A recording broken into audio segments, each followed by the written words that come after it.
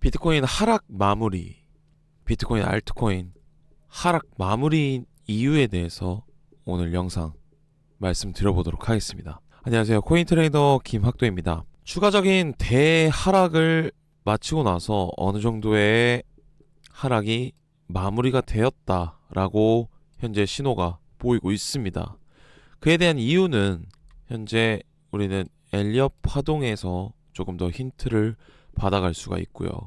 하만의 런닝 플랫 이후 추가적인 하락 WXY의 Y 연장 파동이 마무리가 되면서 다시 한번 반등의 기로에 서 있는 그러한 모습입니다. 그래서 오늘은 상승 관점에 대해서 말씀을 드릴 거고요. 지금 우리는 여기서 어떻게 매매를 해야 되나 이에 대한 대응 방법까지 말씀을 드려보도록 하겠습니다.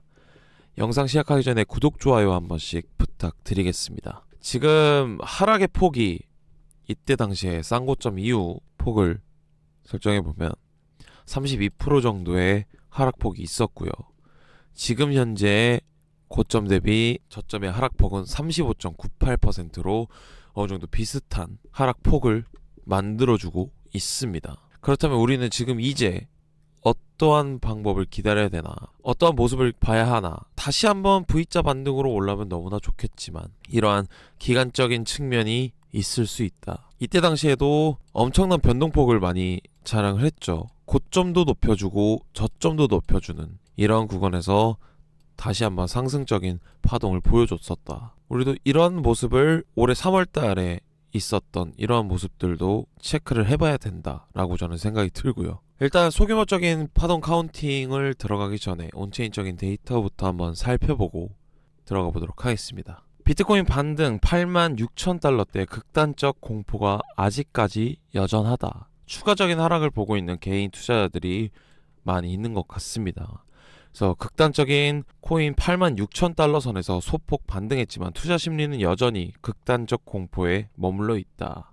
그래서 최근 시장의 공포 및 탐욕 지수는 10을 기록하면서 극단적인 공포 단계에 머물러 있으며 이는 최근 7일간 주요 코인들의 급격한 하락세와 시장의 전반적인 불안 심리를 반영하고 있다. 최근 비트코인, 이더리움에서 기록적 규모의 자금 유출이 이어지고 있으나 이번 흐름은 장기 수요 악화가 아니라 단기 가격 변동에 따른 전술적 리밸런싱으로 보는 해석이 우세합니다. 지금 현재 비트코인 가격이 9만 달러 아래로 떨어지면서 상당수의 ETF 투자자가 손실 구간에 진입한 상태고요.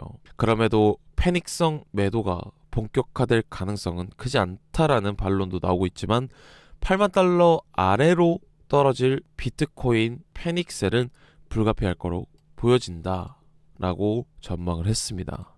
그리고 또 비트코인 단기 홀더에 대한 미실현 손익, 25년에 새롭게 진입한 단기 투자자들은 FTX 사태 수준까지 내려왔다. 그래서 이는 단기 투자자들이 고통을 겪고 있다는 것이며 이 단기 투자자들의 매도세에 따라서 큰 급락이 한 번 더 나올 수 있다라는 온체인적인 데이터가 나왔습니다. 그래서 단기 홀더의 손절이 진행된다면 그건 위기가 아니라 기회가 될 수 있다는 점 기억을 해두셔야 되고요. 그래서 이번 주 경제 주요 지표가 쫘르륵 나옵니다. 밀려있던 것들이 쫘르륵 나오게 되고 좀 변동성 있는 것들 기준적으로 좀 보면 내일 25일 화요일날 10시 반에 미국 근원 소매 판매 굉장히 좀 중요하고요. 생산자 물가 지수도 굉장히 중요합니다. 요 세 가지 중요하고요. 그래서 변동성이 급격하게 바뀔 수 있다라고 보시면 되고요. 26일 날은 미국 12 소비자 신뢰 지수 요것도 꽤 중요한 지표 발표고요. 그리고 10시 반에 미국 이제 GDP 3분기 GDP가 발표가 됩니다. 그리고 요즘 떠오르는 화제가 이제 실업률인데 실업수당 청구 건수도 굉장히 중요한 지표라고 보시면 될 것 같습니다. 그래서 26일 수요일 기점으로 굉장한 변동성이 있을 수 있다라고 좀 보고 있고요. 27일 날은 미국의 이제 추수감사절이기 때문에 하루 종일 휴일을 합니다. 그러나서 27일 날 오전에 이제 한국 금리가 결정이 되죠. 이번 주 굉장히 좀 주요 발표들이 많이 쏟아져 내려오면서 큰 변동성을 만들어낼 것으로 예상이 되고 있습니다. 그래서 그동안 밀려있던 금리 직격탄 지표들이 쏟아집니다. 그래서 현재 시장 하락세는 12월 FOMC 금리 동결 전망으로 인한 투자 심리 쇼크가 왔었는데 비트코인부터 알트코인까지 전반적으로 타격을 받았죠. 그래서 이 데이터들 하나하나가 방향 전환의 키가 될 수 있으니 잘 체크하시길 바라겠습니다. 그리고 금리 인하에 대한 뉴스도 하나 또 가져왔는데요. 금리 동결이라는 내용들이 굉장히 나오면서 비트코인에 빅쇼트가 나왔죠. 그러고 나서 12월 달 금리 결정은 동전 던지기 수준 인하 확률이 갑자기 70%로 또 급부상을 했습니다. 그래서 뉴욕 연은 총재가 추가 인하 여지에 대한 발언에 인하 확률이 하루 만에 39%에서 75%까지 올라갔다. 그래서 FED 내부 인하 동결 의견 반반으로 갈렸다. 보스턴 연은 총재는 완화 시점 아니라고 또 반박을 했고요. 그래서 내용을 좀 살펴보면 미국 중앙은행 내부에서 12월 기준금리 인하를 둘러싼 찬반이 팽팽히 갈리는 가운데 존 윌리엄스 뉴욕 연방준비은행 총재가 12월 금리 인하를 긍정하며 시장 기대를 자극했다. 그의 발언 직후 이후 인하 가능성은 하루 만에 2배 가까이 뛰면서 70%대로 올라섰다. 그래서 윌리엄스 총재는 지난 21일 칠레에서 열린 칠레 중앙은행 주최 행사 연설에서 FED의 통화 정책과 관련해 가까운 시기에 기준금리를 추가로 조정할 여지가 아직 남아있다고 본다라고 밝혔습니다. 최근 FED의 조치로 다소 덜해지긴 했지만 현재 통화정책 수준이 완만하게 긴축적이라고 본다라고 말을 전했고요. 그거에 대한 근거는 고용 둔화가 예상보다 뚜렷해졌다라는 점을 근거로 들었습니다. 제가 지난 영상에서도 말씀드렸다시피 금리 인하가 될 것이다. 좀 금리 인하 쪽에 가까울 것이다. 왜냐면 실업률이 굉장히 낮게 나왔기 때문에 결국에는 연은은 이런 실업률을 이거를 바탕으로 금리 인하에 대한 내용을 가져갈 수밖에 없다라고 말씀을 드렸는데 정확히 이러한 내용들이 나오고 있습니다. 그래서 그는 관세 정책이 미국 인플레이션을 약 0.5에서 0.75% 높였을 것으로 추산된다며 지난 9월 제시했던 1에서 1.5%포인트보다 약해졌다라고 설명을 했습니다. 근데 인플레이션은 2027년에 2% 목표 수준으로 되돌아올 것이라고 관세로 인한 물가 영향이 일회성에 그칠 것이라고 내다봤고 고용 상황에 대해서는 경제 성장세가 지난해 둔화됐고 노동시장은 점진적으로 냉각이 되고 있다. 라고 말을 했습니다. 그래서 이러한 발언 이후 12월 기준금리 인하 가능성은 39%에서 75%로 급등을 했고요. 23일 기준으로도 70%를 웃돌고 있다라고 전달했습니다. 좀 올해 FOMC 투표권을 가진 의원들이 발언을 살펴보면 인하 동결 의견이 반반으로 지금 갈리고 있는데 고용 둔화 파와 물가 안정 파가 둘이서 나눠지는 것 같습니다. 그래서 이런 두 부류가 상충하는 목표 사이에서 고민이 깊어진 데다 연방정부 셧다운으로 핵심 경제지표 발표가 취소되는 또는 지연이 되면서 판단이 더욱 어려졌기 때문이다 라고 전달을 했습니다. 그래서 윌리엄스 총재의 발언 다음날 보스턴 연은 총재는 인플레이션 억제 쪽으로 약간 기울어진 상태라며 추가 인하 반대 입장을 밝혔고요. 그는 전반적인 금융 여건이 역풍보다 순풍에 가깝다라면서 이런 환경에서는 통화 정책을 더 완화해야 할 긴박성이 없다라고 말을 전달했습니다. 이렇게 반반적인 모습에서 갑자기 금리 인하에 대한 기대감이 상승을 하면서 지금 오전 시간 코스피도 상승 출발을 했는데요. 결국에는 미국은 실업률을 기준을 더 잡을 것 같긴 합니다. 왜냐면 굉장히 많은 실업률이 있었기 때문에 이번에 발표 때도 0.1% 더 상회하면서 실업률이 높게 나왔죠. 그래서 고용 둔화에 대한 이러한 모습들이 금리 인하를 좀 더 촉진시키지 않을까 그렇게 조심스럽게 예측을 하고 있고요. 그에 대한 비트코인 반등도 이루어졌으면 좀 좋겠습니다. 그래서 차트적으로 일단 파동 카운팅부터 체크를 하고 차트 관점부터 말씀을 드려보도록 하겠습니다. 비트코인 1시간봉이고요. 우리가 눈여겨봐야 할 곳은 바로 이곳입니다. 이러한 러닝 플랫이 나왔다. 한 파동에 대한 되돌림 이후 다시 한번 되돌리고 이거에 대한 Y 연장 파동이 현재 만들어지고 저점을 만들어줬다. 그렇게 돼서 이런 식으로 러닝 플랫이 작동이 됐다. 이에 대한 상승폭으로 213 라인까지 추가적으로 Y 연장에 대한 파동이 현재 만들어졌다. 그러고 나서 다시 한번 반등을 해주는 그런 모습인데 그렇다면 이 반동폭은 어디까지 올라갈 것인가? 그렇다면 이 Y 연장 파동에 대한 피보나치 되돌림을 한번 체크를 해봐야겠죠. 현재 236 라인 위에 안착을 해주고 있는 모습이고요.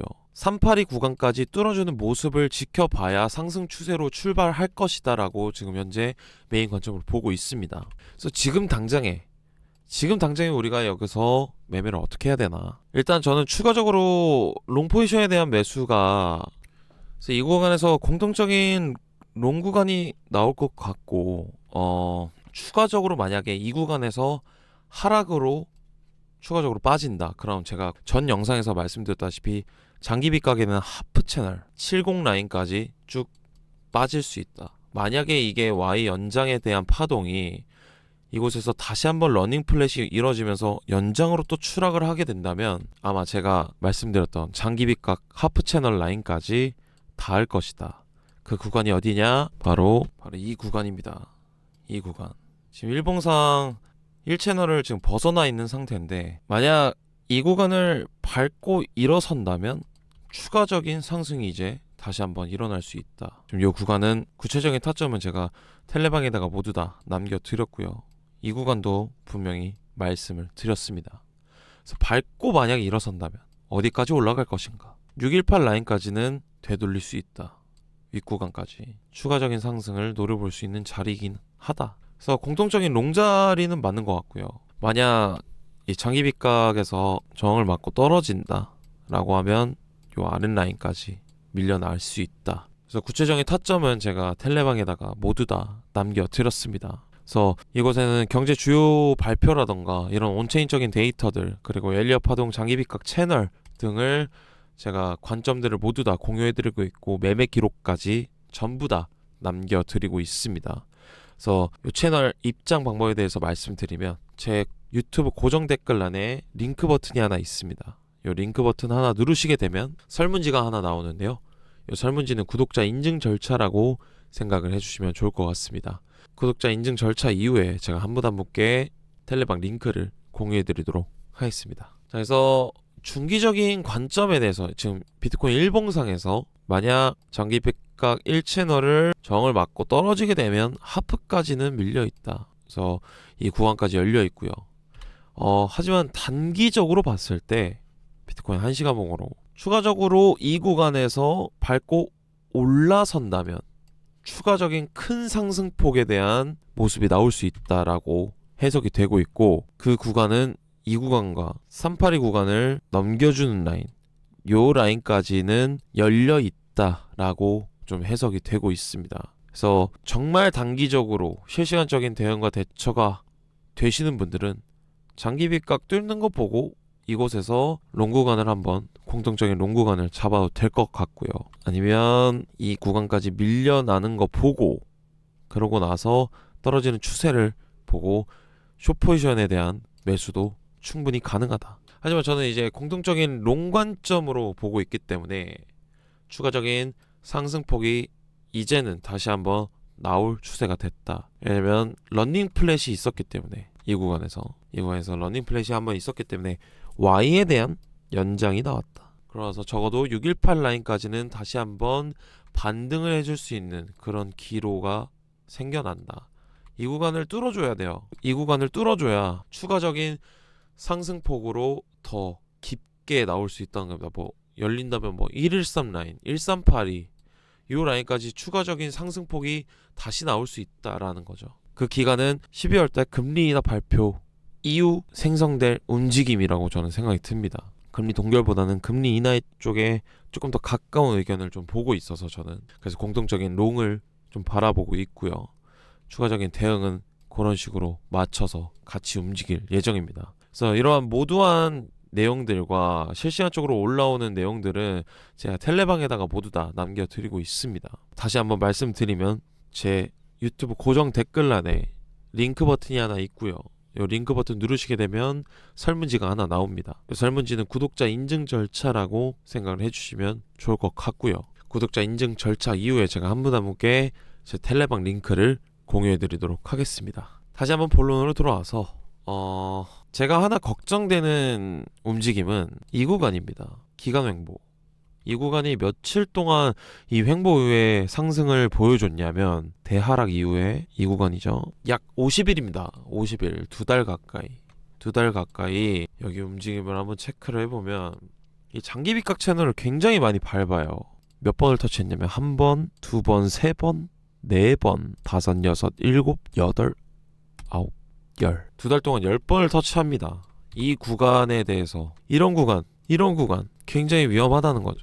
그래서 단기적인 변동폭이 나올 수 있다라고 좀 해석이 되고 있고 지금 현재 살짝 이렇게 아랫꼬리로 뚫어준 모습이죠.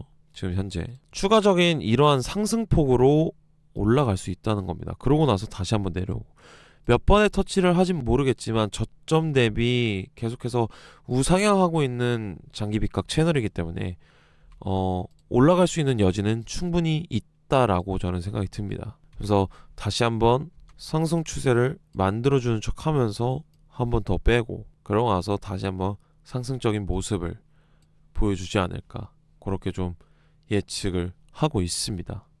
그래서 공통적인 롱 관점으로 현재 바라보고 있고 현재 저도 지금 현재 물려 있는 상태지만 많이 물려 있지는 않습니다. 추가적인 매수를 들어가지는 않았고 현재 8990 라인에서 아마 저도 이 구간에 있는 것 같습니다. 약 손실 중이지만 비중 설정 잘 잡아뒀고 스윙적인 롱 관점으로 현재 가져가려고 그렇게 포지셔닝을 했기 때문에 추가적인 문제는 없다고 저는 보고 있고 미리 텔레방에 들어오신 분들은 아마 저와 함께 같이 해서 대응을 하고 있으실 거라고 생각이 듭니다. 그래서 오늘 관점은 여기까지 좀 말씀을 드리고요.